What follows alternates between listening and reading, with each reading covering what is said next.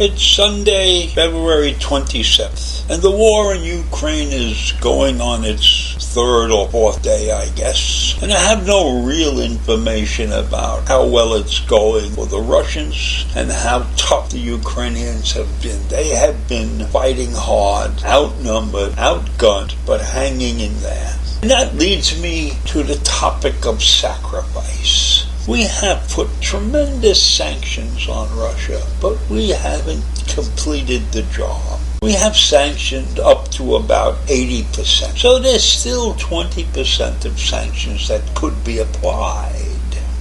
But no, we don't want to apply them because that will cause the sacrifice of people outside of the Ukraine. That will affect their neighbors in Europe and in other parts of the world if we continue sanctioning. So we have stopped sanctions. And I look at this and I say, because I remember World War II. I remember what we had to do in World War II and the sacrifices we made in World War II. When you couldn't get sugar and you couldn't get milk and you couldn't get gas and you had a ration book and everybody pitched in. Nobody talked about the sacrifices they were making. And let's not forget the stars that went up into people's window, the gold stars for those who had family members who lost their lives in the war.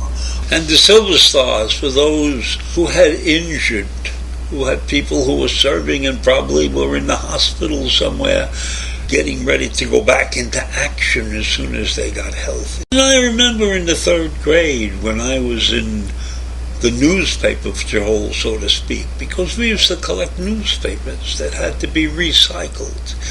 And about one day a week they would send 2 or 3 of us downstairs to pack up those newspapers so they could be picked up and used for recycling. So we were all sacrificing it. And my uncle had a car and he couldn't drive it all the time because of the rationing, the gasoline rationing. So when I hear this thing is that we are not going to sanction anymore because it might cause some people in other parts of Europe and maybe possibly beyond Europe some kind of sacrifice, because if we apply these additional sanctions it will affect their lives.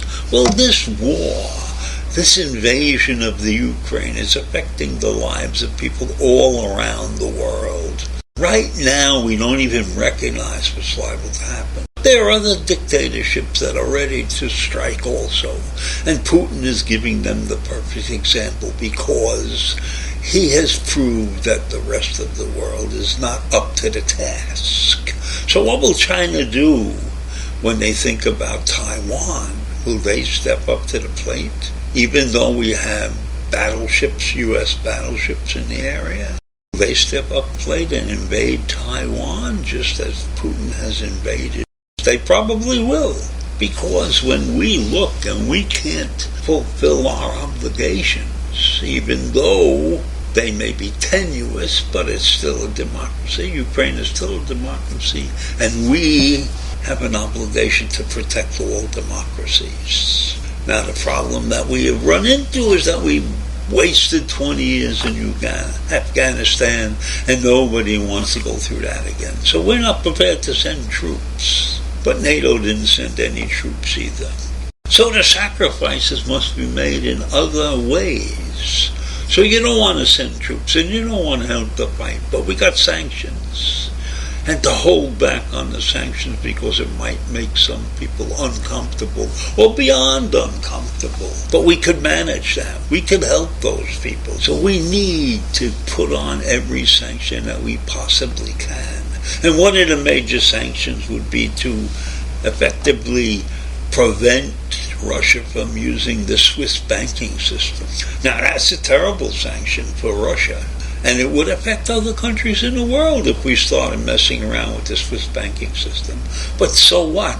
Sacrifice is worth it if you win in the end. But if you don't sacrifice and you don't try, then you're definitely going to lose. And is that what we want to talk about for years to come? How we lost Ukraine to the Russians because we didn't sacrifice everybody we could because we didn't. It's not a question of really sacrificing, it's a question of sanctioning.